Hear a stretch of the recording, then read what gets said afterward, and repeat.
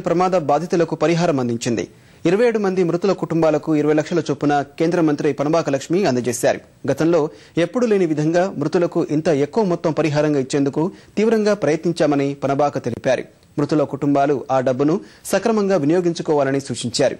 హెచ్పీసీఎల్లో భద్రతపై మరిన్ని జాగ్రత్తలు తీసుకోవాలని అధికారులను మంత్రి ఆదేశించారు. ఆ రోజు జరిగిన పొరపాటులో యాజమాన్యం కి సంబంధం లేదని రిపోర్ట్లో రావడం జరిగింది. కానీ జరిగిన పొరపాటు మాత్రం ఎవరు పూడ్చలేదు. ఎందుకంటే మేమేదో 4 మాటలు చెప్తాము, ఈరోజు 4 డబ్బులు ఇచ్చేస్తాం, కానీ జీవితాంతం బాధపడేది ఈ కుటుంబాలే. ఆ ఎమర్జెన్సీలో ఎవరెటు పారిపోయారో కూడా అర్థం కాని పరిస్థితుల్లో మనకు లెక్క తేరలేదు చాలా సేపటి వరకు. అసలు ఇటువంటి పరిస్థితి రాకూడదు.